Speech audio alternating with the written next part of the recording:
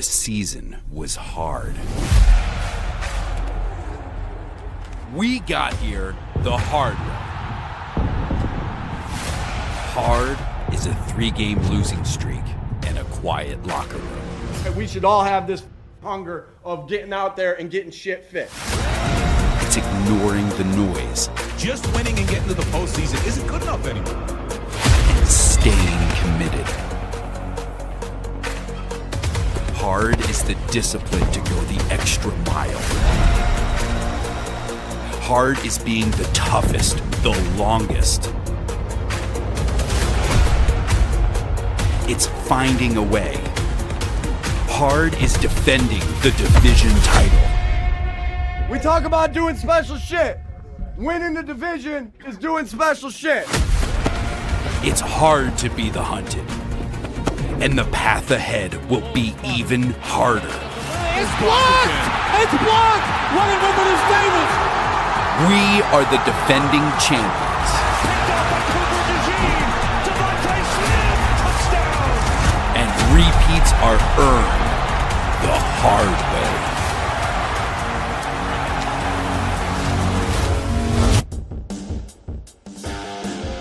We welcome you to the Eagles pregame show brought to you by SeatGeek. It's the whole crew on hand today. Ben Goldstein, Sam Heine, Matt Brown. It is playoff time in a really windy playoff. We got wind gusts up to 30 to 40 miles per hour at game time. But it's the 12-5 San Francisco 49ers. It's the 11-6 Philadelphia Eagles. Eagles playing for a trip to a place where it's known to be windy, the Windy City in Chicago. Boys, how are we feeling here on a beautiful January afternoon? Doing good. It's playoff Sunday, finally here. It's crazy. I feel like just yesterday, I feel like we say this every year, but just yesterday it feels like we were watching week 1 and now we're here in the playoffs and Eagles are ready to defend their Super Bowl title. You know, for me, I don't know. I shouldn't say I didn't feel hype, but man, that video you just played before, Ben, that we had from the Eagles, it's kind of like the Phillies ones. Whenever I see them before a series for the first time, or when I see it right before a game, you just get them juices going. I'm ready for some playoff football today. It is a hype video, and it's kind of a weird message that the season was hard and whatever, but we will get to that shortly. But something we need to touch on right off the jump is Lane Johnson, who was supposed to play today and was supposed to play a month ago, is inactive once again, still dealing with that Lisfranc injury. It's been a weird series for Johnson. He injured it against Detroit back in November, and here we are, mid-January, no IR stint, and he's missing a playoff game. It's just a weird dynamic what's going on with Lane Johnson right now. Yeah, I think obviously, if you look back, this was extremely mismanaged by the Eagles. You said he wasn't put on IR. He's missed obviously way more than just 4 games. So he definitely should have been put on IR. And then, my antenna was kind of up a couple weeks ago, Matt. This is something we talked about on our pregame show a couple weeks ago, Ben, when you weren't there, that, our antennas were kind of up on Lane because he was supposed to be back and then he wasn't practicing. And then he was supposed to be back and then he wasn't practicing. Then he was supposed to be back and he wasn't practicing. So when the reports came out last night from a couple different reporters that he was still experiencing pain, experiencing some swelling, it definitely made me nervous that he wasn't going to play today. And, obviously it's a big loss for the Eagles. No, it's huge. And I remember Ian Rappaport said he'd be back December 20th or whatever it was. And now we're into almost January 20th now, when he would probably return next week if he could. And that doesn't even look like it might not be possible now if he's not playing today. So I really don't know what this is going to mean for the Eagles moving forward. I would think they're under the assumption that they're not going to have Lane for the rest of the playoffs. That's how you got to think right now, because you can't just keep relying on this guy to get healthy if he's just not there. And I know Lisfranc is a really tough injury to deal with.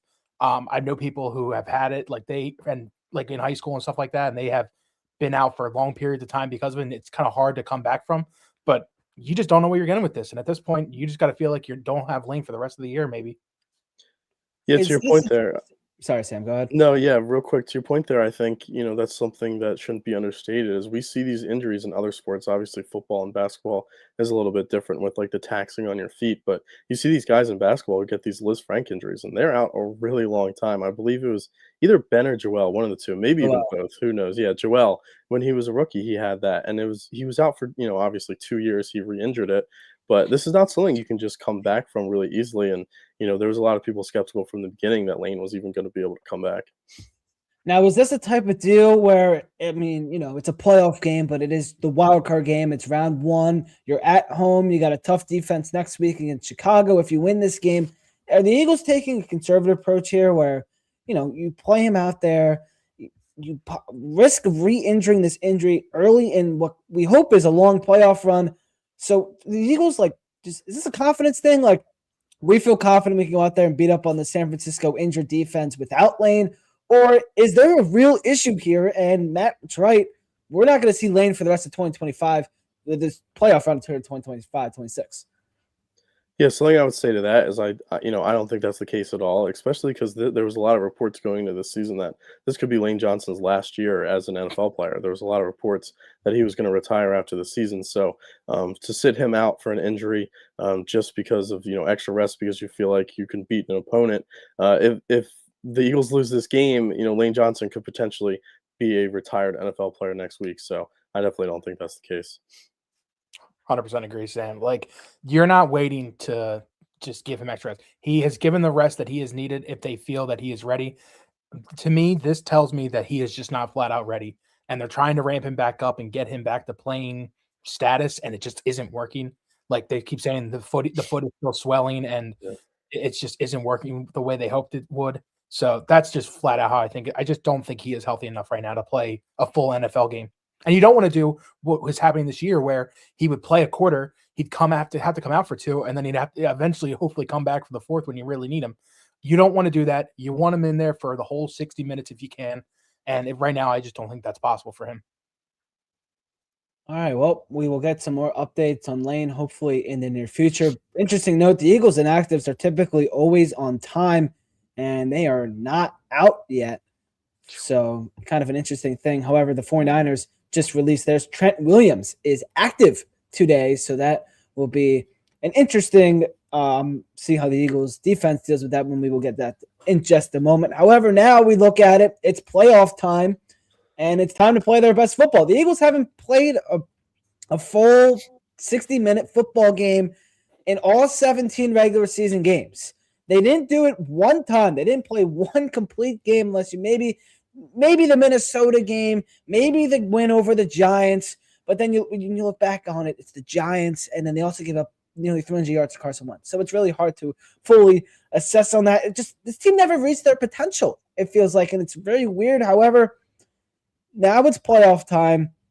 This is when the Eagles, over the past couple years, have began to ramp it up and play good football. If there's any time for the Eagles to do it, it's right now. They're rested for the most part. They're healthy. And they started playing their best football last year after a lot of questions at this time. So what better time to do it than right now, guys? Yeah, I think it's funny because I think expectations go into a lot of how you view this season, coming off of a Super Bowl win.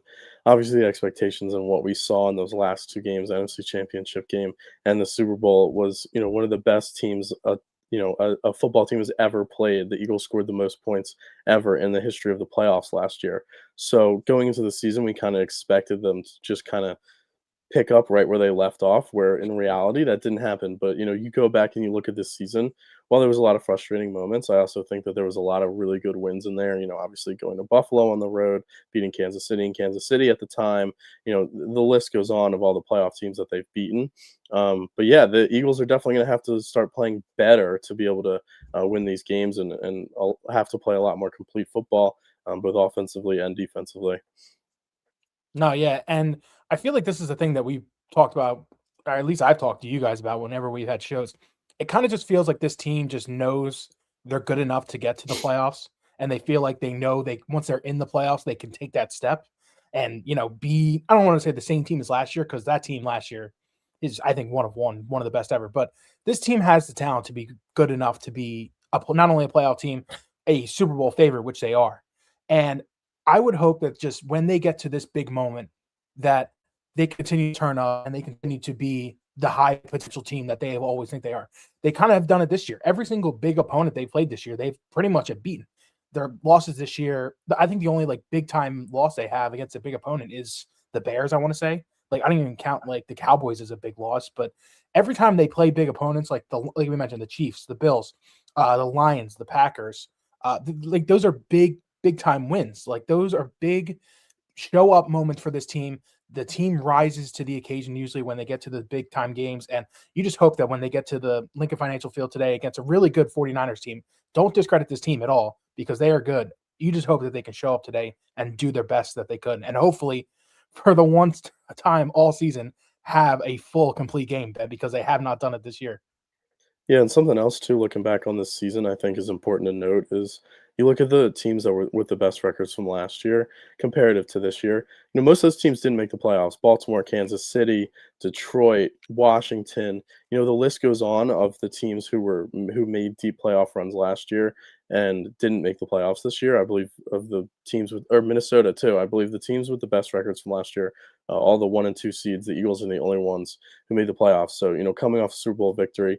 It's not always the easiest season the next year, as we all know, as we saw in 2018. So I think that's something to put the season in perspective too, is that, of the best teams from last year, they're the only one that's really still standing. Only repeat division champion from last year are the Philadelphia Eagles, and they were the first NFC East divisional winners to repeat since 2004. So something to really put in perspective. Let's talk about this 49ers defense. It's the number one thing that people have really been focusing on and has been a big confidence booster for this what feels depleted Eagles offense.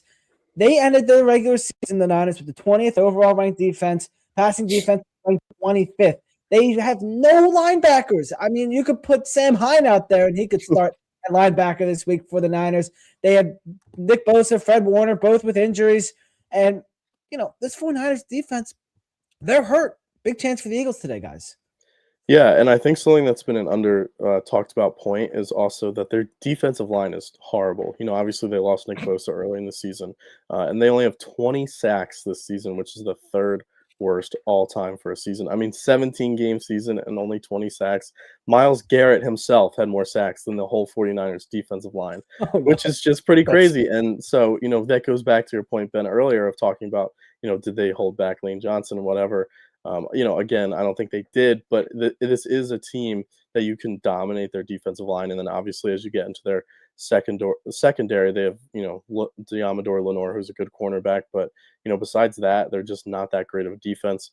Something I will say, though, is that a lot of people, talk about last week's performance for them against the Seattle Seahawks, where the offense only scored 3 points. And I think something that's under talked about is that the defense only allowed 13. It's not like they got blown out. The defense kept them in that game. So there's a lot of people who are coming into this game thinking, obviously very confident about the Eagles because of the matchup against San Francisco's defense. But let's also not forget that in their most important game of the season, their defense really showed up and only allowed 13 points. Their offense just completely crapped the bed. My counter to that, though, against the Colts, the Titans, and the Bears, this 49ers defense allowed a combined 89 points. So, they come up with the best game, but, these three offenses, and obviously the Bears just won a playoff game last night, but they're not the most dominant offense you've ever seen. And the Eagles, obviously, not the most dominant offense you've ever seen, but they allow 89 points to the Tennessee, or a combined 89 points to two teams that aren't even in the playoffs. Well, yeah, and something too, obviously Darnold turned the ball over a bunch in that game, which we hope Jalen is not going to do, which, in the history of Jalen overall, for the most part, he doesn't turn the ball over. So that's something we can hopefully hang our hat on. But yeah, I just thought, it was interesting because a lot of people will say, oh, well, the Eagles offense has been bad all year, but they play their best in the biggest games. So, you can always flip it around to other teams as well. Just add into that. I was just going to say, that just shows you how just not great the Seattle offense was as well in that game. Mm-hmm. It really tells you the thing about Sam Darnold as well. No, but you're 100% right, Sam. Like this, I don't discount this defense at all because of the performance they put on last week against Seattle in their biggest game. I know it's at home. I don't care. Like it's them saying they had the home field advantage or whatever. This is still a defense who plays well. And a big piece on why I'm not confident that the Eagles can just do whatever they want against San Fran is Robert Saleh. Robert Saleh is a great coach. No doubt about that in my mind. He's a great defensive coach. He does exactly what he needs to do. He elevates defenses with whatever pieces he is given, and he's done it with this San Francisco 49ers defense. He had them, with all the injuries they've had, playing for the 1 seed in the last week of the season. Like, that takes a special group of guys to continue to do that. I know the offense, and another thing too, the offense has been hurt too as well, with a bunch of injuries from Trent Williams and Brock Purdy and stuff like that. So it's not just saying that the offense is carrying, because the defense has kept them in a lot of these games. So I know that giving up 40 points to a lot of teams like that, it just doesn't look good. And the Eagles are not going to be able to just do whatever they want. They have to dominate. They have to do what works for them. They have to be creative. They have to be unique. I feel like I'm a broken record, because I feel like I've been saying this every week. You got to be unique and do what teams give you if you really want to win this game. And they're just not, the San Francisco 49ers are just not going to lay over and die. They don't like the Eagles, and they really want to win this game. Really, really badly want to win this game. So they're going to do whatever they have to, play whoever they have to, rush Hurts, do whatever they need to do to win this game. And I don't think you should just feel confident the Eagles offense is just going to have their day with San Fran. Well, if there's any team in the playoffs that they could possibly be having their day, and they're going up against a banged-up defense, that is today with this Eagles offense, and they'll do it without, of course, Linc Johnson. We just talked about it. Adam Schefter just commented under Brandon Lee Gowton, who reposted what Schefter said earlier in the week on the Fanatics, saying how he would be surprised if Linc Johnson didn't play. He's going to be out there. Schefter just said, quote, hard to predict setbacks in practice, but he had one.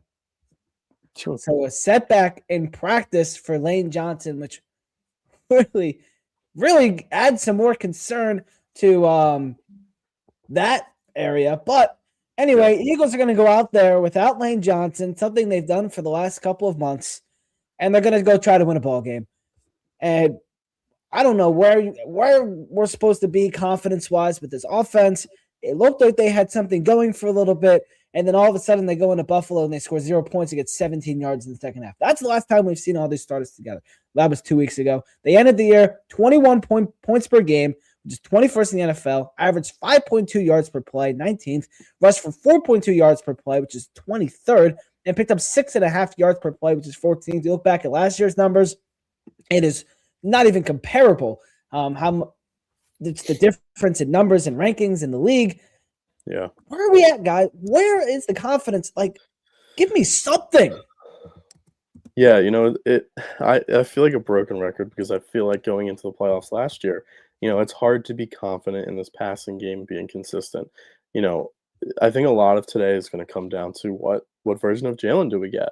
Do we get the Jalen that shows up in the Super Bowl and the NFC Championship game and looks like the elite quarterback that a lot of people think he is? Or are we going to get the Jalen that showed up in Tampa and Green Bay that struggles at times? And something that's just crazy that, has been on my mind all week is that, the Eagles have won 2 games where Jalen has not completed a pass in the second half. And, obviously a lot of that goes on coaching, and a lot of the struggles this season goes on coaching. But, I think at the end of the day, the players are the ones that are on the field. They're the ones that have to execute. And, I think that a lot of today is going to come down to what version of Jalen Hurts we're going to get. And that a lot of the reason that I have confidence, I think, in the Eagles today is because I do think they're going to unleash Jalen's legs. That's something that they have been holding back, it seems like, all season. Whether you want to believe the reports that Jalen doesn't want to run as much, or whether you think Kevin Patullo forgot that Jalen Hurts is a good running quarterback, whichever one you want to believe, they just haven't really run him a lot. I wrote this week in my feature on what I expected from Jalen, that he's at a career low in rushing yards, rushing attempts, and rushing touchdowns. But I do think that is something that they're going to just unleash him today. We saw, even though he kind of struggled in the passing game against the Rams last year, he had that massive touchdown run to kind of open up the game. And he's somebody who can make a lot of really good plays with his legs. And I think that's going to be the biggest thing with the offense today, and why I have confidence in the Eagles today is that I think they're going to add that third dimension into their offense with Jalen running again. 5 seasons as a starter for Jalen, 5 playoff appearances. You're not going to see that very often. Yeah. And you look at the 2 losses that he's endured outside of the Super Bowl, both of them in Tampa, he was horrible. Mm-hmm. A lot of games now, in playoff games come down to how Jalen Hurts performs. And Sam, I mean, you just said that. Matt, what are you expecting from Jalen today? He hasn't ran that much. Could see some of that today against the San Francisco defense. Or is it just going to be the same kind of offense again that we've seen all year where they get off hot and then play conservative and you don't see much Jalen passing in the second half? No, I 100% agree with what Sam's saying. Like, I just have the confidence in him for the sheer fact that he is such a playoff riser. We have seen it so many times. Again, I personally think his two best games he's ever played in an Eagles uniform are Super Bowl 57 and Super Bowl 59. I 57 obviously being the outlier because that game was just unbelievable. But he just shows up so big in big games, and it's just a different person in whether it's must-win games or big atmosphere games. He always just seems to do it. Now, a good point that Sam had, there's only so much that you can do when you're calling plays or you're setting up schemes or you're practicing through the week. It's on the players, and it's really on Jalen to find his reads and to find what's working and to honestly find what the defense is giving you, because if not, then he needs to check. And like you said, use his legs. The main thing with his legs, I really feel like that they need to do, if they're continuing to blitz his face today, he needs to step up in the pocket and he needs to use his legs 1,000% today, because he will not win if they just stay back in coverage, no matter who are the corners out there, Lenore and Jair Brown and all that. He needs to do what is best for him and what is given to him. And that's, I think, going to be the key to today's victory for Jalen. And I think he will do that, because I think at this point in the season, there's only, 4 games left that he could play max. You got to put it on the line. This is the playoffs. There's no waiting for tomorrow. There is no tomorrow. He has to do whatever he can to win today's game. It might not seem pretty, but at the end of the day, if they keep winning Super Bowls, it's not going to matter. He just has to show up. Yeah, and real quick on his legs, I think something that will be important, and what I mean by using his legs is more designed runs from, designed quarterback runs, because I think something that we saw in the Buffalo game a lot in that second half was he wasn't trusting the pocket, whatever reason that was. He was not trusting the pocket. It seemed like every other play, he was just rolling out to the right and throwing it out of bounds, which he definitely does a lot. A lot of people will say that watch the film that, if his first read's not there, then he starts rolling. So I think something, to get him in a rhythm is to use a lot more of those design runs, give him some more read option plays with Saquon. And then, hopefully that opens up the offense. Last year, one of the biggest reasons why Saquon had such a great year is because Jalen was a huge threat to run the ball. But if the teams know that Jalen's not going to pull that thing and run for 10 yards, they're going to all key in on Saquon. So that could be another way to release Saquon as well. Speaking of Saquon Barkley, a big reason the Eagles won that Super Bowl last year and won those first 2 games in the playoffs was because of Saquon Barkley. They weren't getting great passing games from Jalen Hurts. That was kind of the season. Last year was not great pass performances, but Saquon Barkley leading them to a victory with the offensive line just wearing you down. They're going to need that today against the San Francisco team with, as we said, not a great run defense and 0 linebackers. You need something. Everyone's healthy. Everyone's rested. I mean, the offensive line, of course, not fully rested without Lane, but they're fully rested. Saquon's revved up, ready to go. You leaned on it last year, won you a Super Bowl. They're going to need it today. They haven't gotten it all year, or did they, until Buffalo? Yeah, you saw last year, which something, even if you can't get the running game going, that was a big thing going into last year's playoffs was, can Jalen throw them to a win if the rushing game's not there? And he did that in the Super Bowl. But obviously, it is a lot easier when Saquon Barkley is going off like he has. I think what you said there, Ben, is very important about the linebackers being injured. We talked about earlier in the show, but if this Eagles offensive line, hopefully with a week off, getting healthy a little bit. Obviously, those guys have been really banged up, so they're not going to be fully healthy. But if they can just be, 20% better than they were last week, getting Saquon Barkley into the second level of this defense is going to be massive today. If he can break off one of those huge home run hits that he had all of last year, I think, one, it'll just give a big sigh of relief to everybody on the sidelines, and 2, it's such an energizer for the crowd. It'll kind of get everybody going, get everybody's confidence back. But yeah, I think, getting Saquon into the second level, making those practice squad linebackers have to make tackles on him, having him break those tackles and getting into the third level of the defense is going to be huge today. Yeah, and one thing I'll bring up something I wrote about this week. I wrote about the offensive line and the running game. This is I think a big week for the offensive line and a big postseason for the offensive line. Big plays has been a big thing that the Eagles have lacked Yeah. this year in the Yeah. rushing game. They only have 9 this year. Last year, going into the playoffs, they had 25, and then on top of that, you had probably 7 or 8 more from Barkley in the 4 playoff games that he played himself. Like that is just I feel like been a big lack in their offense, just the big boom kind of play. And obviously, you're not going to score 65-yard touchdowns on every single rush. You're not going to score a big deep ball touchdown pass from Jalen. But those big time plays over the middle or on runs, it just seems like they don't have that pop this year. And because of that, it's causing them to be out on drives longer. It's causing drives to stall out because they really can't get that big pop. Rushes are down from like 4 yards to carry to almost under 3. Like those little yards like that heavily affect drives. And when you don't really get that big poppage of yards on drives, it's causing drives to stall out. And it's resulted in the Eagles almost leading the nation, or not nation, leading the league in punts. I think they're bottom or top 5 at least this year, something They're like that. first Like and that, 3 and outs. yeah, like that. Those things like that. It's the little things you don't even think about. Why would they? What's the difference between that? I know the signal caller is different in Kellen Moore, but just the little things like that and the big plays and the big explosiveness that you really haven't had is a big reason. So I'm really hoping that today, I don't obviously just want one, really big Saquon run or, like 2 like 40-yard runs that lead to a touchdown. I want him to just have that ability to get to the second level, because if they can get to the second level today and they can open that up with Barkley, everything else will take its place. They can open up the run game with Jalen. They can open up the pass game on the short routes with Goddard and AJ and Devonta, and even like Jahan Dotson. Like they just need to start with the run game. Their bread and butter. It's the thing that they've always been good at. And if really they get that going today, I think they could be successful on offense. And in this postseason, going into the wild card, we talk about health a ton and how the Eagles rested their starters last week. And you go back to last year, Jalen Hurts was concussed. He didn't play for 3 games coming into it. AJ Brown, I believe, had a knee injury. Mm-hmm. There were some injuries along the offensive line. They're ready to go. So you could see a bit more ignition out of this offense in the wild card round, which you did not really see last year. And you haven't seen much fire all year out of this offense. And, I'm going to ask you, what are you expecting? I don't really like this question, but what are you expecting from the offense today? Because when you look back at this entire season, it's been, you get out in the first half, you get some points, you look good. Second half, you stall out. Last year it worked when you were able to wear teams down. This year, it doesn't work. And teams get back in games, and you have to rely on your defense.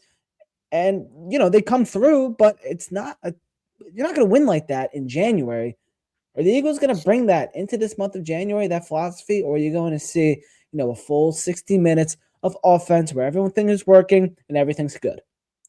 Yeah, I think, it's hard to expect, anything other than what has been going on all year, unless you're just, kind of blindly confident in the Eagles based on what they showed you last year.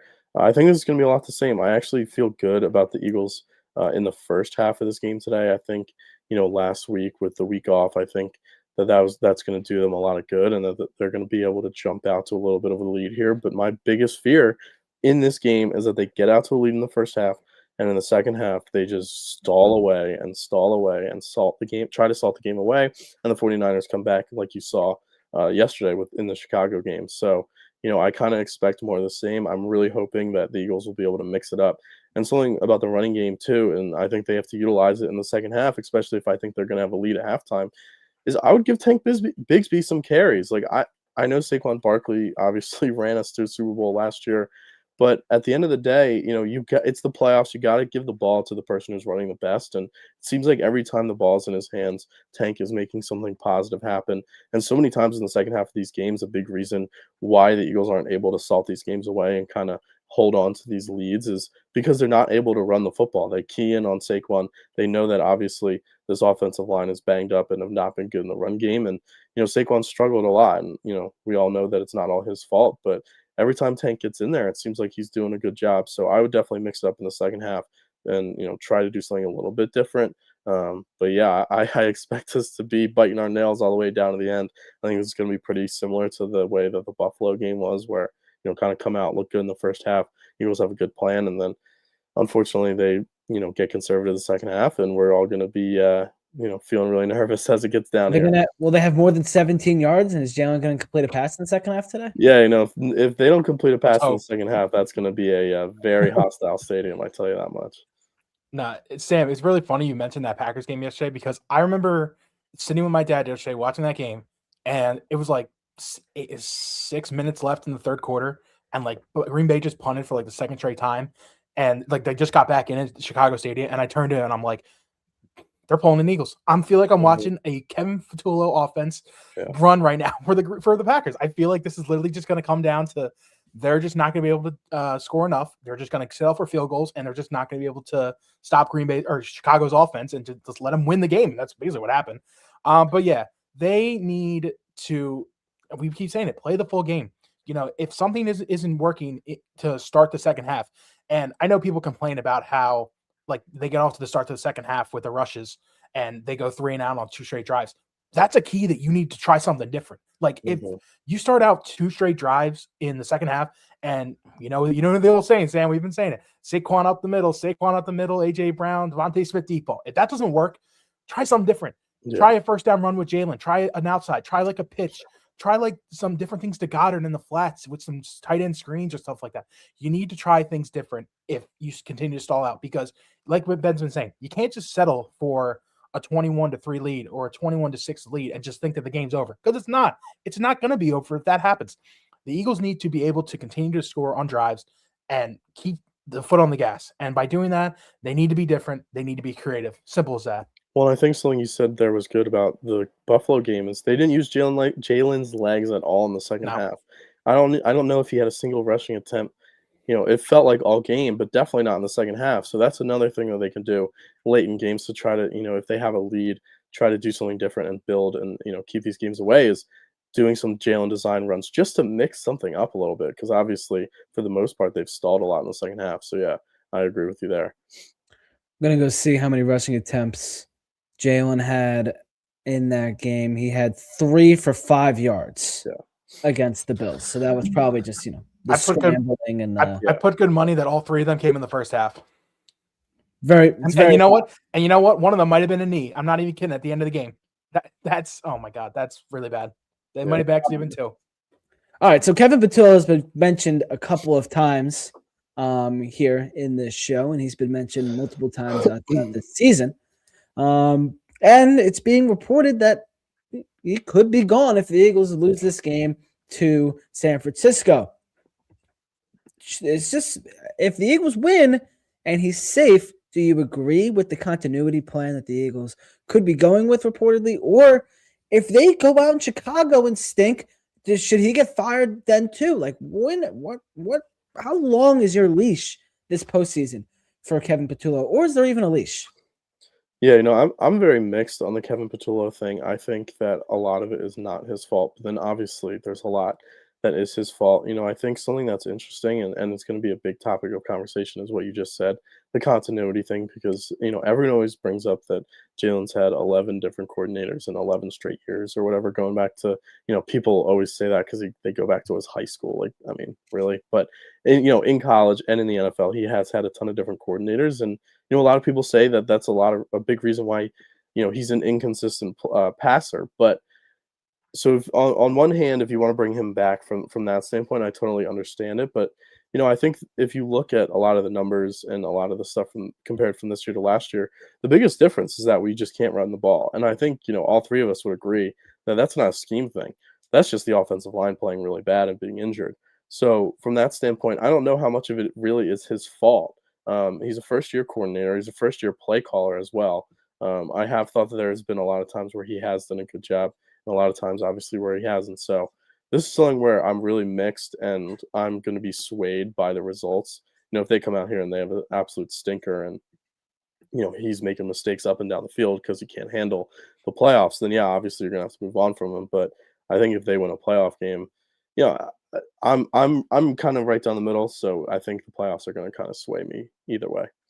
Yep.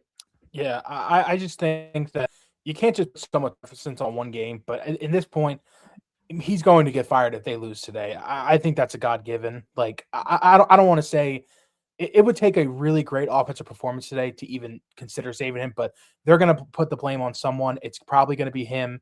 I don't love that fact that you're just going to put all the blame on one guy, but somebody's got to take the fall. At this point, it is what it is. Like, they're going to find the next offensive mind, whether that's a Mike McDaniel that's available, or like they'll find somebody to replace him. But again, like, I agree with you, Sam. This is not all on Kevin. Like, is a good amount? Yes, he's the play caller. He's the one that's practicing during midweek. He's the one that's putting the game plans in. Like, there's only so much he can do when he gets out on the field with these players. There's only so many times that Jalen can miss a read and they just blame Patullo for the drive ending and stalling out.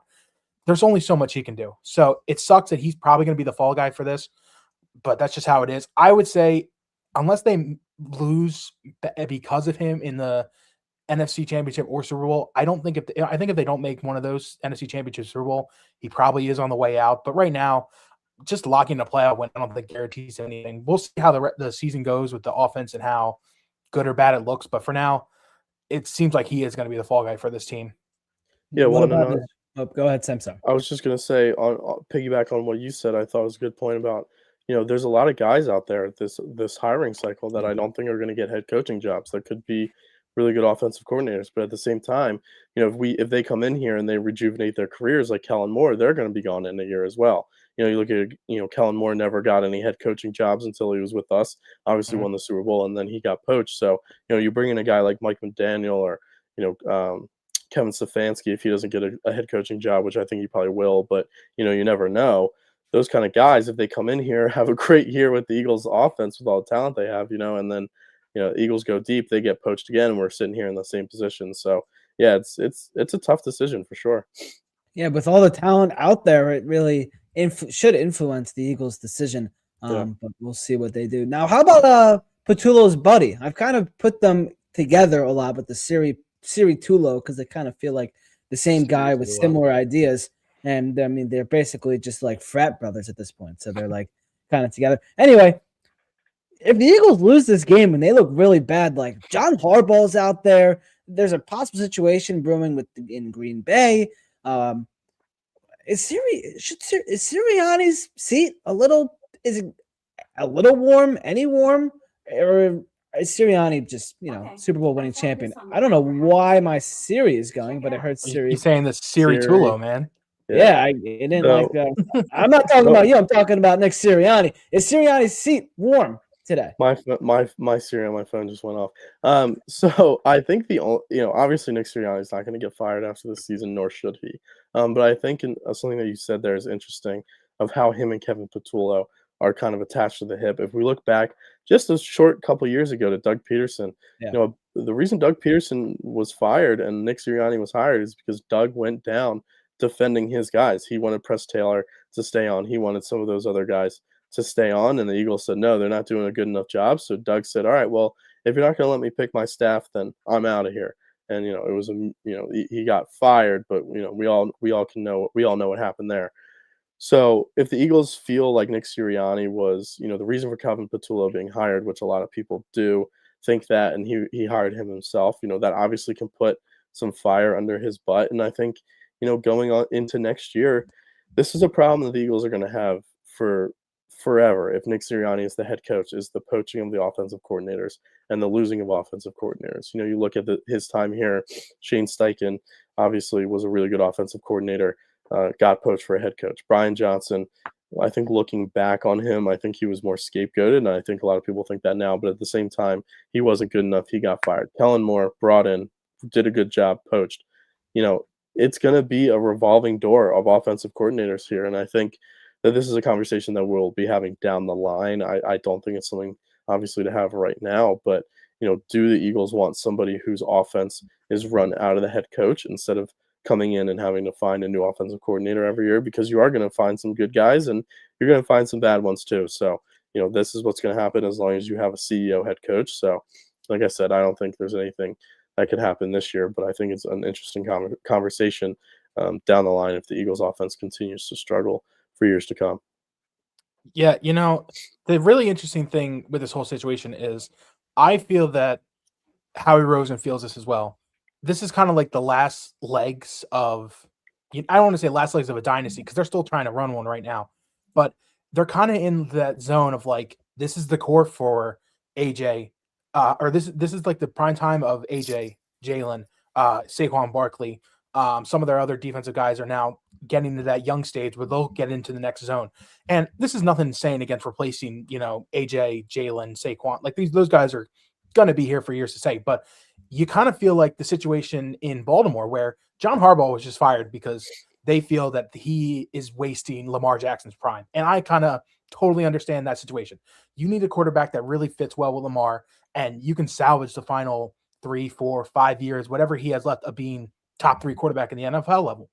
You need a head coach that you feel can run this team to the best of its ability and to be a Super Bowl contender every year.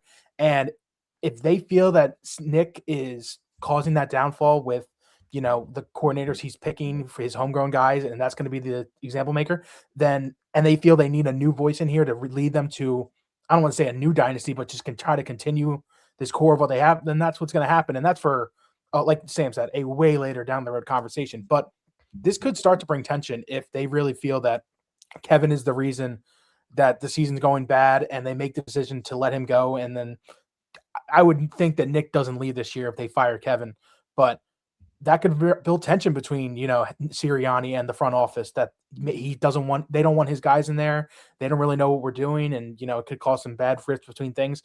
They want to salvage this prime of this Eagles team as much as they can. They have so much money invested into this team that they need to win now, as in this season and the next 2, 3, 4. So they will do whatever they have to do, make whatever decision they have to make, and sign whatever coach they have to do to get that winning squad out there. And if that means firing another head coach that won him a Super Bowl, so be it, man. This is how this NFL works. It's a business. This is how things go.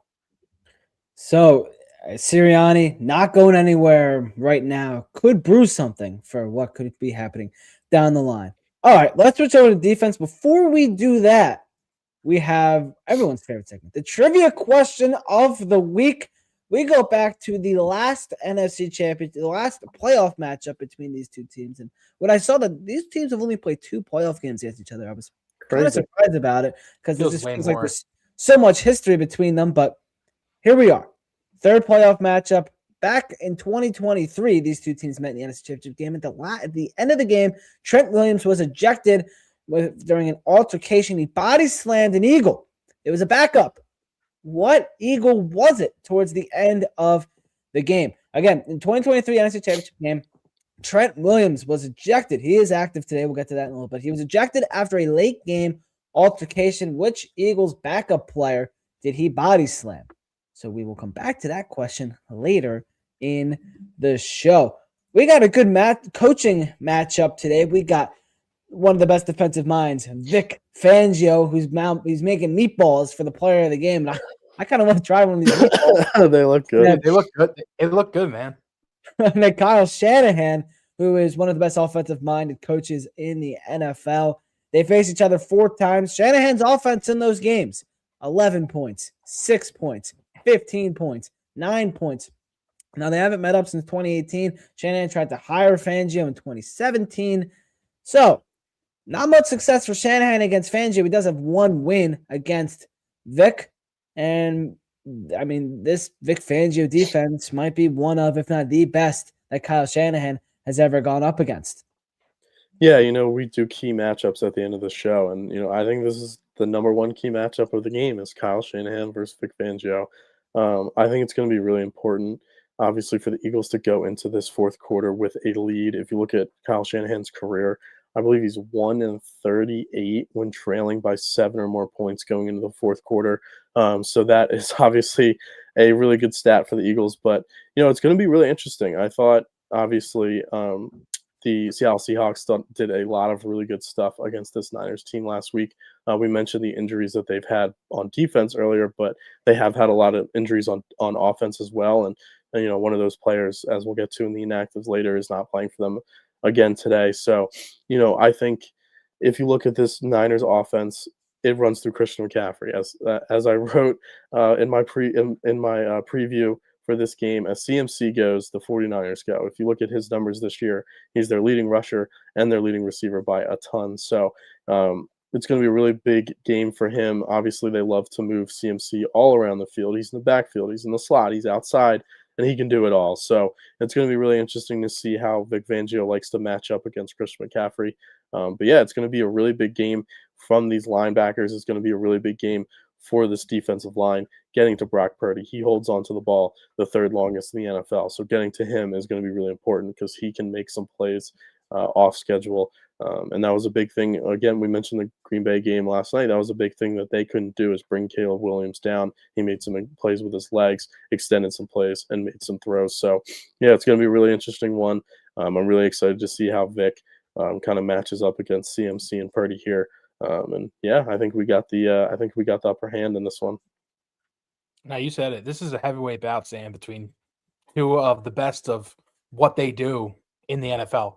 Like this, you could argue that this is the best offensive guru versus the best defensive guru in the league, going one-on-one today. I mean, if you look at him, they didn't even miss a beat with Mac Jones. It's crazy. No. It's crazy. It's crazy. Like Shanahan, people say like Shanahan's an overrated coach. I really don't believe that. Like I don't care. I know what happened in the Super Bowl back in Super Bowl 51, the 28-3. I know it's a bad loss on him. And that he's the one to blame for that Super Bowl as well, for the atrocious play calls he made. But I don't like one game define him. I know, again, he's also lost 2 Super Bowls to the Kansas City Chiefs. It's Patrick Mahomes. Like, I'm cutting the guy some slack in that situation. He has turned this offense into one that is still managed to be one of the top in the NFL this year. I know you have great playmakers in CMC, in George Kittle, Brock Purdy you had this year. But like you're saying, he has turned Mac Jones. He had people believing Mac Jones could be a starting quarterback in the NFL again. Like, that's crazy. He's given up upon. And he did that with Sam Darnold, too. Sam Darnold pretty much got a job with the Vikings. And you go to him, Kevin O'Connell, who's the QB whisperer. I mean, hasn't really working with 9, but, he ends up getting another big QB deal out in Seattle. Kyle Shanahan is one of the best coaches in this league. He is so good at what he does. He takes offensive players that no one would either think, or offensive players that you really never thought would be this well, and they turn them into great teams. And that's why I think the Niners are, 12 and 5, I think they are. This is why this team is good. Robert Saleh and Kyle Shanahan, they're 2 of the best of what they do in the league, running their offense and defense. And it's going to be a really tough job for Vic Fangio today for Kyle Shanahan, against Kyle Shanahan, because he has great offensive weapons. He has the CMC and the Kittles of the world that are going to be nightmares. I'm going to dread today's game just because of those 2 guys, because I feel like they're going to have such great games today. And it's going to be on the Eagles defense to really hold them in check, because if they do, I really, like you said, this is the big notable matchup. If he can stop those 2 guys, then I truly feel that this is an Eagles victory today, because the team runs through those 2 guys today, George Kittle and CMC, in my opinion.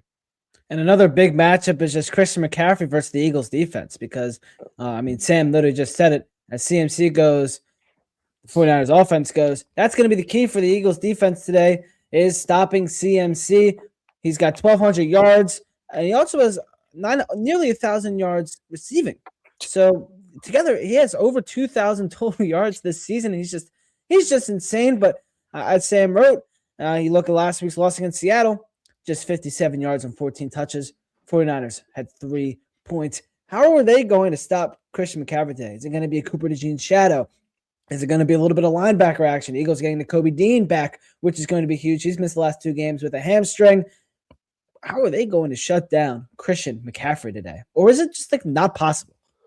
Yeah, I mean, I think it definitely is possible. You look at what the Seattle Seahawks did last week, and another thing too is he has 413 touches this season. I mean, that is ridiculous. I mean, it's insane. So a hope is that he's starting to get tired, wear it down a little bit. Obviously we know that he had all those injuries last season, but there, besides last game, there's not a huge sign of that. But I think what you said there is good. I think when he goes in the slot, it's probably going to be Cooper DeJean, all-pro Coop, all-pro, first-team all-pro. That's a really good matchup for us. Obviously, CMC is a great receiver, but, I mean, when you look at his numbers, 102 catches for just 924 yards, he's not really getting the ball down the field. But a big thing is going to be bringing him down. Those linebackers are going to have to really play well today, but I really think it's going to start with the big guys in the middle, Jordan Davis and Jalen Carter, Moro Ajomo as well. Getting that push on the inside, making Christian McCaffrey, get hit behind the line of scrimmage, or opening up those holes for Nakobe Dean to shoot in like a bullet and bring down CMC, or for Zach Bond to get there. So I really think the biggest key to stopping Christian McCaffrey is to stop him on the ground first, and I think that's going to have to start with those big guys in the middle. No, you said it best, Sam. Plugging the middle is the way to stop him. They run a lot of their sets through A and B gap runs. And that's CMC is not an outside guy. He is up the middle type of run guy. When they get the blocks right, he goes good. And the other thing we got to worry about the pass game, before that I say anything about that, like you said, Jordan Davis, Moro Jomo, Jalen Carter, the big boys up front, got to get that push. They got to keep him from getting to the second level. I trust the Eagles second level so much. They have great linebackers, great secondary. They are able to tackle him in open field. I'm not worrying about that. What I'm worried about is him being able to get that run going, but also using his passing game as well. His passing game needs to be shut down. I personally think it's going to be Zach Bond today. I think Cooper DeJean needs to shadow a little bit more of Kittle. I think that seems like the better thing to do. I think Kittle's way more of a threat in the passing game than McCaffrey. I know when he gets the ball in his hands, he does great things, and he catches like 5 to 6 balls a game. But you can't let Kittle take advantage today. You need to get him in check. And I think the best way of doing that is to have DeJean on him majority of the time in that slot kind of role, and let the other corners deal with the wide receivers that I don't even really know if Pearsall's playing today. He's not. Yeah, you don't even going to have him today. It's going to be Jawan Jennings pretty much out there with a bunch of backups as well. So I think it's going to be a big job for Zach Bond, Jahad Campbell, Nakobe Dean. Those linebackers are going to be rotating on CMC, keeping someone on him on the checkdowns. Brock Purdy loves checkdowns so much, and that's a big reason why he's great. If they can stop that and plug that middle, like you're saying, with them big boys, that's going to really stop CMC today, and that would be the reason why the Eagles win.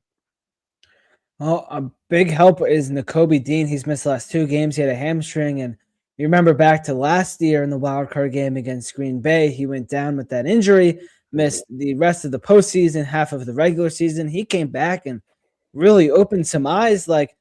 We got Jahad Campbell, Zach Bond, and Nakobe Dean. The Eagles have never had one great linebacker in their history, and now they got 3 of them, a whole room.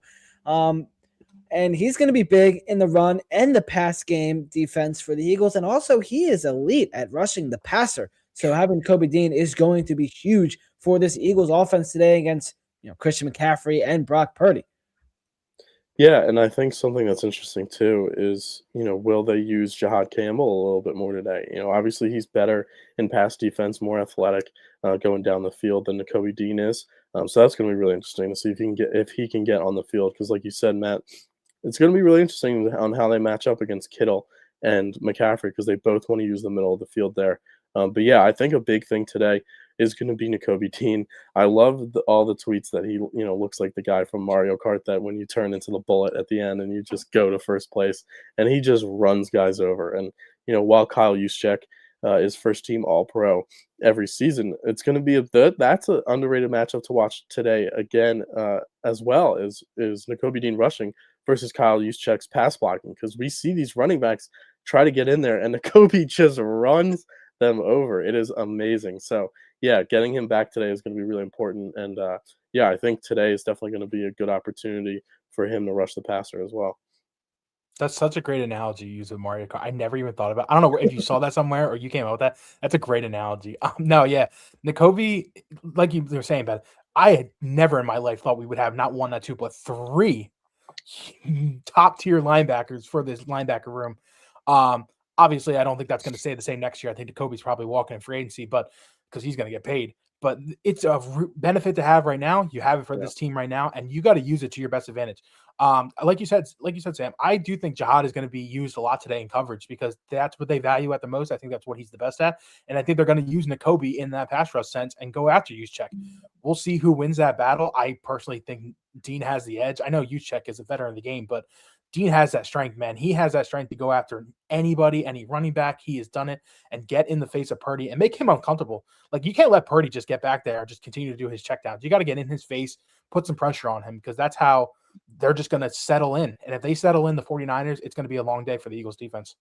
Well, yeah, too. And, obviously Juszczyk is in there on a lot of runs, but I don't know how much they use him in the passing game as well. So most of the time when he's going to be rushing, it's going to be CMC in there that's going to be doing that extra blocker. So that's obviously advantage Eagles on that aspect. Yeah, and another advantage is when your defense includes 2 All-Pros and Quinyon Mitchell and Cooper DeJean. We talk about Cooper DeJean so much, just how great of a player he is, and just kind of out of nowhere. Like, well, of course, we all had faith in the drafting, but you didn't expect Cooper DeJean to become a white cornerback, become one of the best Nick guy at his position in the NFL, the nickel position. You don't see many guys elite like Cooper DeJean is, and then Quinyon Mitchell. You never hear his name because he's so good. You never have to, and that's what makes a corner good. People say, no interceptions, like doesn't have the big pass breakups because the ball isn't thrown his way. He's so good. He's going to be on Juwan Jennings is the top receiver for San Francisco. 49ers might not have nothing going today if these two all-pro corners can do what they do. Yeah, it's huge that the Eagles have these draft picks. I mean, what a credit to Howie Roseman to get these guys in the first 2 rounds. I was somebody coming out of Toledo. I was a little bit skeptical about Quinyon Mitchell. I'm not going to lie. I thought that the talent was there. I thought it was really encouraging, that he wanted to stay at Toledo, and he was a really good character guy. But coming out of a small school like that, it's hard not to be a little bit nervous about how he's going to translate to the NFL. And obviously, second year in the league, being a first-team All-Pro as one of the 2 best cornerbacks in the league is huge. And like you said, Ben, a lot of people I've seen on Twitter posting screenshots of stats this week and being like, "Oh, well, my cornerback was better because he had more tackles." Well, that means he's getting the ball thrown on him a lot, and he has somebody to tackle. And then, Cooper DeJean obviously is going to be a big aspect of this game. It is going to be really interesting to see what they do with Quinyon because they've really mixed it up with him this year. If there's been a true number 1 receiver, he travels. If there's not, he kind of just stays back.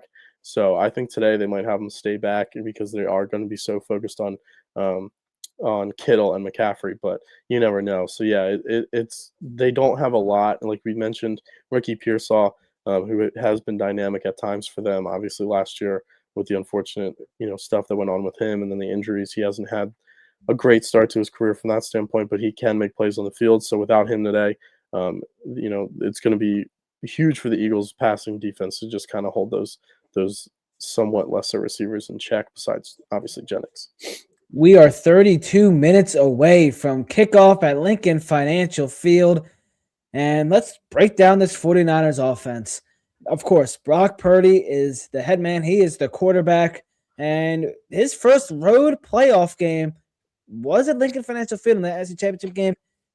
He played 1 drive before he got injured. Hassan Reddick came out of nowhere, swatted his arm, and that was it. We saw a little bit of Christian McCaffrey at quarterback later in that game because there was, a couple injuries there. And if you give Purdy time, he's going to find somebody. So it is big for this Eagles front to try to get to Brock Purdy today. Their leading receiver, we said, Juwan Jennings, 55 catches, 643 yards. George Kittle, 628 yards. And Ricky Pearsall, he's out. But Trent Williams is in. And that is big for San Francisco. That's a big swing because how we look at Lane Johnson in Philadelphia is how Trent Williams is looked at in San Francisco and also and throughout the league. A great left tackle. Mm-hmm. That's big for the Eagles today because they need to get to Brock Purdy. Someone's going to have to go through Trent Williams to get there. Yeah, I said it earlier in the show. Brock Purdy holds the ball for the 3rd longest time in the NFL. So funny enough, we have 2 of the top 10 guys who hold the ball on for the longest, but that's because Brock Purdy can make extended plays with his legs, make plays downfield. Some of his best plays of the season, some of his best plays of every game are just off-schedule plays where he just kind of dances around the pocket, rolls out, and delivers an accurate football. And obviously that's tough for even when they have some lesser wide receivers for those guys on the back end to cover for that long. So that's going to be a huge thing for the Eagles today. Get to Brock Purdy, get him on the ground. I thought they did a really good job against Josh Allen 2 weeks ago of doing that. Obviously, Purdy's not as dynamic as a rusher as Allen is, but he has a pocket presence unlike any other. But he, like I said, he does hold on to that football extremely long. So, even though Trent Williams is in there, he has been dealing with an injury. So hopefully those guys on that side can take advantage of that. And it's going to be extremely important that if you get to Brock Purdy, that you bring him down, because if not, he's going to make you pay. Yeah, keeping him comfortable. I said that earlier. That's him staying comfortable, staying in that pocket, having all day to throw. If they can prevent that, that's the huge thing. And I know having Trent Williams is a huge boost, but you can't let him be comfortable. You got to get in his face. you got to go for the football as well. I think that could be a big key today is the turnovers that he produces, whether it's in the air, throwing it with his arm, or on the forced fumbles and sacks like that. And the Eagles have been really good the last couple of weeks about getting to the quarterback and getting to the ball on the pass rush. So if they can keep that up today, that's a big key.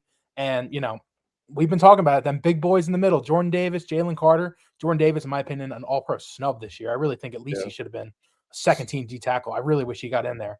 But that's a big matchup for the Eagles defensive line day. They've invested heavy money in draft picks, and free agents and trades like the Jalen Phillips one. They have invested big time, and it's time for them boys to eat and pay off for what they've invested.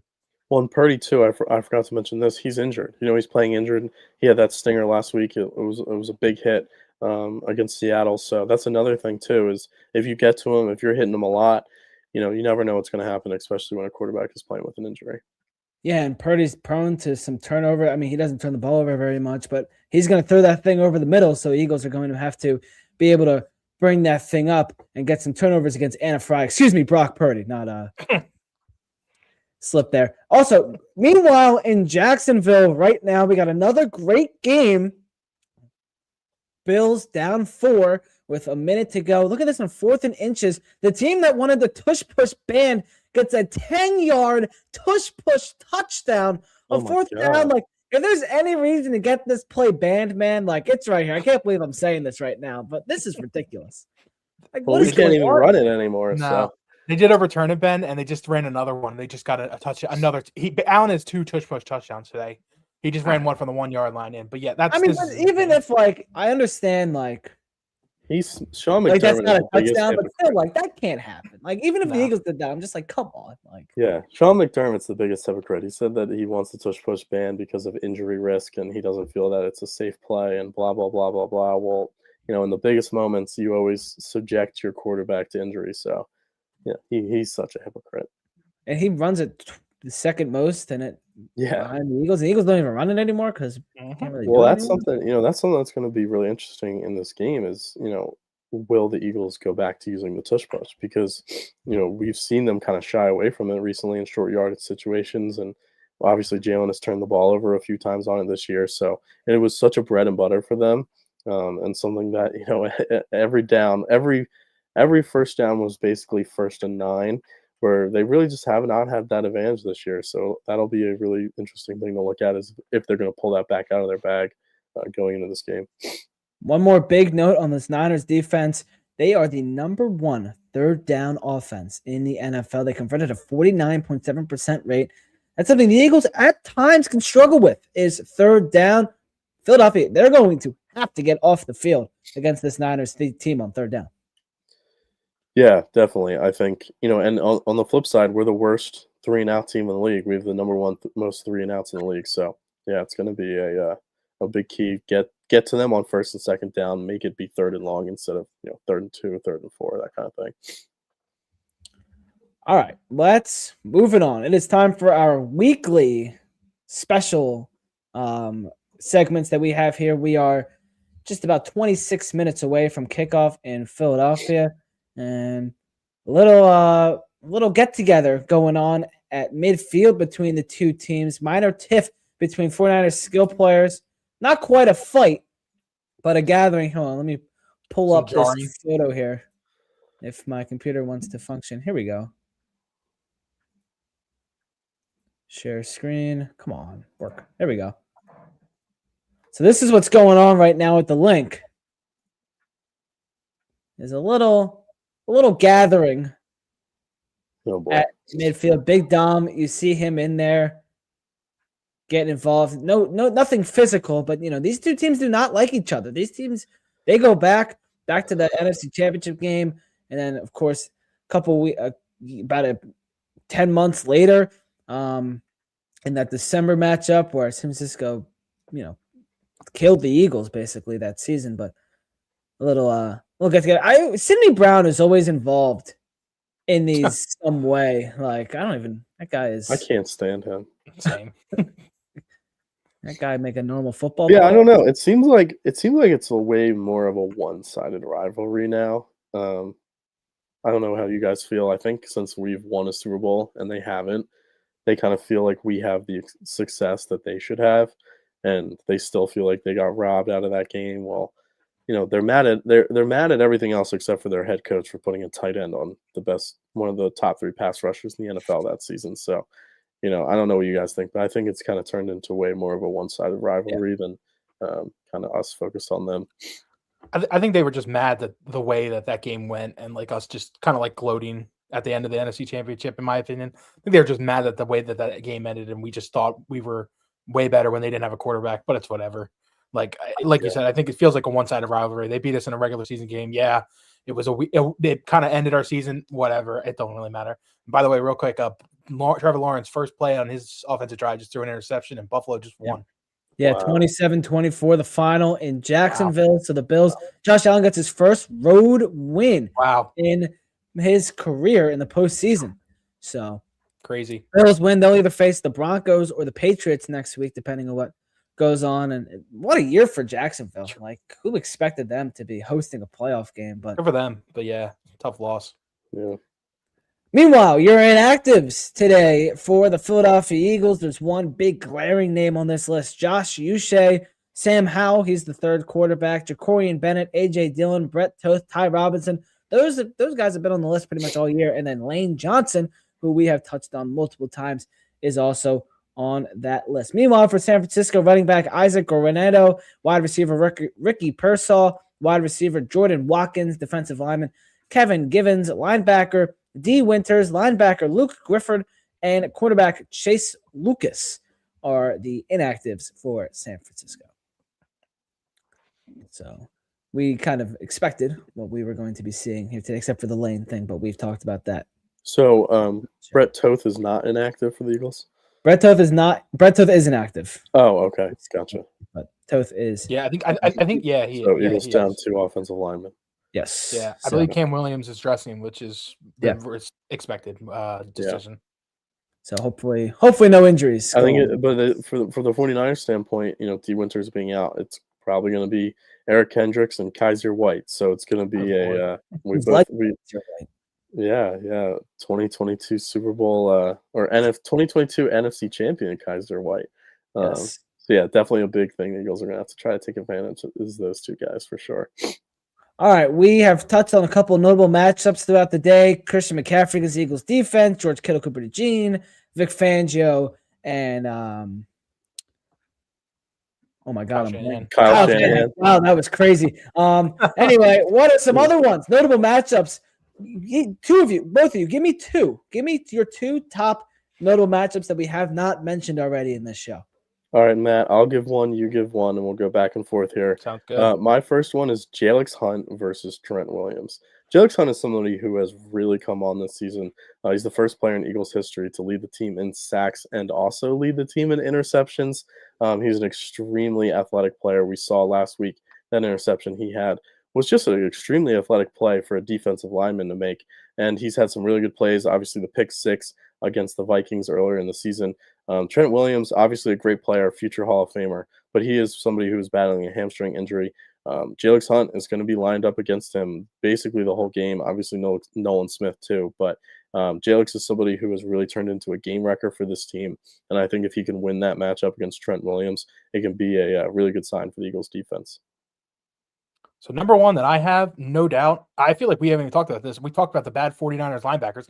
I don't know if they're going to be able to throw much today with this win, but Dallas Goedert versus them linebackers. Yeah. They have not been able to guard, linebackers really well all year. And I know the wind, whatever, we're probably going to be running today, but I just think get Dallas Goedert involved in this offense. He leads the team in touchdown. I think it's 11 now from the regular season, the most ever by a tight end in Eagles history. They need to keep him a part of this offense. He's a big reason why they're winning games, big reason why they're scoring on offense, and these linebackers are not going to be able to cover Dallas. If that works out for them, I really think that Dallas Goedert can get going today. Yeah, I think that's a great point by you there. And also something with the tight ends in Dallas Goedert. The 49ers have allowed 10 touchdowns this season against tight ends, so definitely could be a big game for Goedert. I'm going a little bit out of the box for my second one, and it's Jake Elliott versus the Wind. If you look the game last night, Chicago and Green Bay. The reason Green Bay lost that game is because their kicker missed 2 field goals and an extra point. If he makes those, they win that football game. We saw earlier in this Bills-Jags game, if you were watching, they missed a field goal late to end in the end of the first half. Obviously, that one came back to bite them as well. Jake Elliott, we all know he's been up and down this season, has been really good in the playoffs, but it is extremely windy out there today. So Jake Elliott versus the wind, he's got to make his kicks today, or else it could be the end of the Eagles season. Another really good one. This big game for Jake Elliott.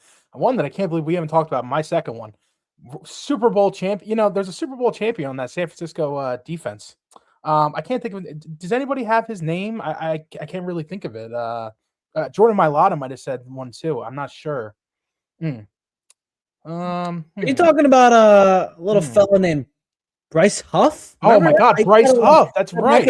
Yeah. Super Bowl champion Bryce Huff. Man, Jordan Mailata called him out this week. He really did. I hope Jordan backs it up. I hope he stuffs him in the dirt this week. Jordan Mailata versus Bryce Huff. Big time matchup this week. I'm looking forward to see what he does against him. If he does anything at all. Super Bowl champion Bryce Huff. That guy is such a loser. It really is, man. He's such a loser. That was such a great comment from Jordan. I'd love that. When the second I saw that, I'm like, dude, I hope Jordan just rams him into the dirt this week or something. And I know this is another reason why I think they're beefing with that. Whatever. I hope he goes off. I hope Jordan goes off on him all day long. The Bryce Huff thing, you rarely see Howie miss in free agency and a draft. And that was just Fernando Valentine at the end of the game. That was just what in the world happened with Bryce Huff? Funny. It's so funny because he was their most money allocated free agent signing last year. And nobody even talked about it because it didn't even matter because these guys, so those guys on the outside played so well. But yeah, he's got big time loser energy, not claiming the Super Bowl win from last year and, revenge game for Bryce Huff. Revenge for what? Giving you $50 million in a Super Bowl ring? Exactly. What's the revenge for? Yeah, you're not getting revenge for Philadelphia, maybe for yourself because you played horribly. But something that's not horrible is the sponsor of this show. I mean, come on. SeatGeek is the easiest and most efficient way to get your tickets. Each seat is given a green, red, or yellow dot, and that's how you're going to know if you are going to the Eagles game today. If you're in the building right now listening, what's up? Be loud, but also I know you got your tickets on SeatGeek, and I hope you use code Philly Sports Report, save $20 off, because these tickets are not cheap. If you're traveling out, you're going to Chicago next week, maybe we're going to Seattle in a couple of weeks, or let's go to San Francisco. Let's go see a Super Bowl. You got to use this code right here, Philly Sports Report, save $20 off your first SeatGeek purchase. Click in the link or the description to save at SeatGeek. They have sponsored the show we've done this show for 4 years, and SeatGeek has been consistent every time. We've had some good playoff shows on this series. So thank you to SeatGeek for sponsoring. They also sponsor our SeatGeek Standout Stars segment, which we're doing right now. Guys, who's going off today for Philadelphia? Yeah, so again, I feel like I say this every show, but normally when I have a notable matchup, I like to back it up with some that I think they're going to win. I like to back it up with some with naming them my SeatGeek Standout Stars. So mine today is Jalen Hunt. I think he's going to have a really big game. I do think, obviously, like I said, Trent Williams is a really good player, but Jalen Hunt has just really come on this season. He's somebody who just makes a ton of plays. He's so versatile. Like I said, led the team in both sacks and interceptions, so he can drop back in coverage if you need him to. I think he's going to have a really big game today. I think he's going to put a big hit on Brock Purdy, and I just think he's going to make a really timely sack. So Jalen Hunt is my SeatGeek Standout Star for today's game. Might be cheating with this, but I'm just taking the linebackers today. I feel like it's their day to eat, man. Yeah. That rotation, I just feel like is going to be a huge value to them. I just think they're going to be able to rotate so much and be able to stay on McCaffrey so much. And like you're saying, Sam, it might be the end of the season for McCaffrey at 400 touches. That might start to hit him today. And when he has to go against a Jahad Campbell, we're going to make Nakobe Dean. Let's do it again. Zach Bond. He might have a different guy on him for 3 straight plays. That's how crazy it's going to be for these linebackers today. I think they might have a really good day keeping CMC quiet. So I'm just going with the linebacker core today. They are going to stand out today, in my opinion. Thank you to SeatGeek for sponsoring the SeatGeek Standout Stars and the show. All right, our locks of the game. The Eagles opened as, 3.5-point favorites? They got all the way up to 6. They opened as 2.5 at Crazy. some point. 2.5. I mean, it is Crazy. 3.5, 2.5, depending where you got it. It's crazy. 6-point favorites. The over-under 44.5. And Sam always gives us some fun pop bets. So, guys, what are we thinking here today? Where are we putting our money? Yeah, so I don't like the Eagles with the points, but I like the Eagles. I also just barely like the under on this game. Ultimately, I do think the Eagles will win, but I think it's going to be closer than 6. And then for prop bets, I think something that's really interesting is Dallas Goedert first touchdown. Matt, I know I was going to bring it up from you. Dude, I had crazy. it written down. I promise. It wasn't off of your thing, but I thought it was a great point you made there, and that's why I brought up that stat that they've allowed 10 touchdowns to tight ends this year. Goddard has been their guy in the red zone, and he has really showed up in some of these wild card games. It's crazy. Eagles have the 2 leading receivers in playoff history on their current roster. Number 1, Devontae Smith. Number 2, Dallas Goedert. So I think that's a really good one. And then I do think, like I said, that they're going to use Jalen's legs, whether that's the tush push, whether that's him design runs. So we're going back to old reliable Jalen Hurts anytime touchdown. Like it. Now it's funny you mentioned that, dude. I was gonna bring that up. You sniped that, dude. That was great. I literally was sitting there and I'm like, oh my god. When he scored, I'm like, dude, Sam sniped that tutty. I know, dude. I gotta go back in the well. It did me well. I gotta go back to the well. No, I really like Dallas today too. I know this win, they keep saying it's gonna be really bad. I think it will. It's gonna definitely affect some things. I still think Dallas is catching 4 balls today. He's done it almost every single game this year. That's about what he averages game for. It's his average. His over under, I think, is 4.5. Dummy that down to a little bit to a 4. Perfect for me. Saquon Barkley, I think a guy we really haven't talked a lot about. We did him a little bit today, but I think his passing and rushing game today is going to be really receiving and rushing today. Excuse me. His over under for that rush to receive is 104.5. I think they're going to rely on him to get them big runs for them today, and I think that's easy over there as well. CMC catches, I kind of like that too. I know why you've been on 49ers if we're Eagles guys, whatever. San Fran, they're going to do what they can to get the ball in McCaffrey's hands. Whatever. If the rush isn't working, they're going to try to get in his hands. I think they're going to try to do it through the passing game, through out routes. I'm not saying it's going to go for yards, but I do think he's going to get a lot of catches today. And another guy I feel like we haven't talked about, A.J. Brown. Yeah. It always feels like he comes up with a big catch on third down in these games. Like in the playoff games last year, it felt like in the Super Bowl as well. He always came up with a big catch. I really think that he's going to be catching his 5 balls today. I do think that I don't know about the yards. We'll see really how bad the wind is at the start of the game, but I do think that AJ is going to get his. And then also, that's real quick, Jalen Hurts, over 32.5 rushing yards. It's time to use his legs. This is the playoffs. Empty the bag. Let him start running. This is the day to do it. Yeah, another receiver that always steps up in big moments. And you go back to the last time these two teams met in the playoffs, had a crazy catch. Devontae Smith has turned into a real big-time player. You go back to the Super Bowl, he got the dagger. Expect something big from Devontae Smith today. Yeah, and I mentioned it. I mean, he's the Eagles' all-time leading receiver in playoffs, and he's only been on the team since 2020. That's crazy. It's amazing. It's amazing. And another, this would be a big-time performance if one of you can get this question right. We're going back to our trivia question. In the 2023 NFC Championship game, Trent Williams was ejected after a late game altercation. Which Eagles backup player did he body slam? Do either of you have it? So Matt, I'm going to text you my answer right now. I'm going to see if it's the same one you have, and then we'll say it because I think I know. I think I know as well as too. Oh, but I think. We don't. Oh, we don't okay. have the same guy. That's All right. I'll go first then. I think it's Sidney Brown. Matt, what's your answer? Kayvon Wallace. Oh, I think it is Kayvon. I think you're right. Or Kayvon Wallace. It is Kayvon. It is Good Kayvon Wallace. Good job. How the hell is Wrong this guy safety. doing? I picked the wrong safety. I was a big Kayvon Wallace believer. I thought he was the next B-Dogs, and the only reason I say that is because he went to Clemson. That's the only reason why I believe that. But dude, let's go. All you had to do was pick the smallest guy. That's who Trent Williams picks on every game. Pretty much the smallest guy. Because someone your own size. Yeah, he's annoying. Famously, I believe.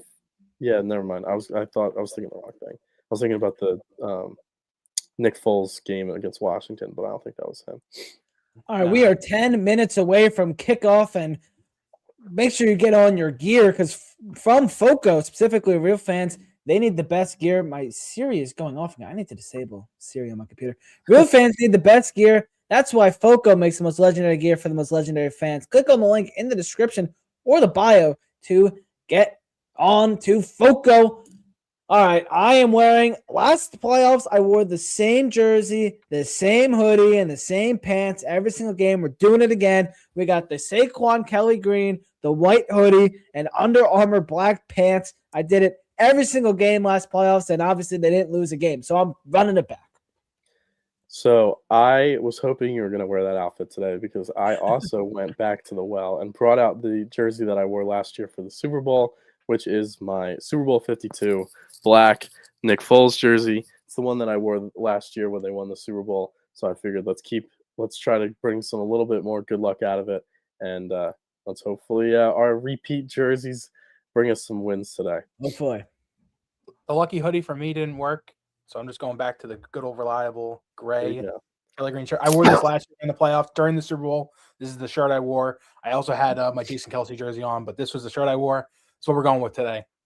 We love superstition on this show, and we also love FOCO. So thank you to FOCO for sponsoring the segment. All right, our keys to the game. We gotta move a little bit. We got 8 minutes till kickoff. So guys, give me the number one key for the Eagles to win this game. Yeah, something we haven't talked about a lot today is winning the turnover battle. We talked about it a little bit earlier with Jalen, but when he gets in the playoffs, he has a tendency to really not turn the ball over. Need him to keep doing that today and need the defense to cough one up. The Eagles have an insane winning record when they win the turnover battle, and I think if they can come out positive on that standpoint, they can win this game. My simple thing today, be creative. It's the playoffs. You got to do what you got to do to win. Sometimes it's not going to feel good. Be creative. Don't be one-dimensional. Do what you have to do to win today's game. Simple as that. All right, it is time for our predictions. And make sure to put your predictions down in the chat. We want to hear it.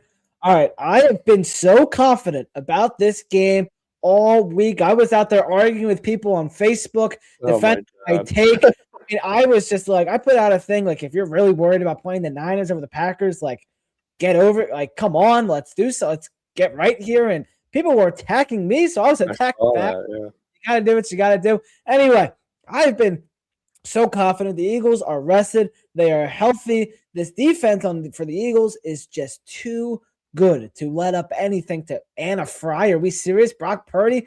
And then we got a banged-up 49ers defense. Come on. Let's have some faith. This team won a Super Bowl not even a year ago. Eagles 27, 49ers 13. Wow. All right. I'm feeling good.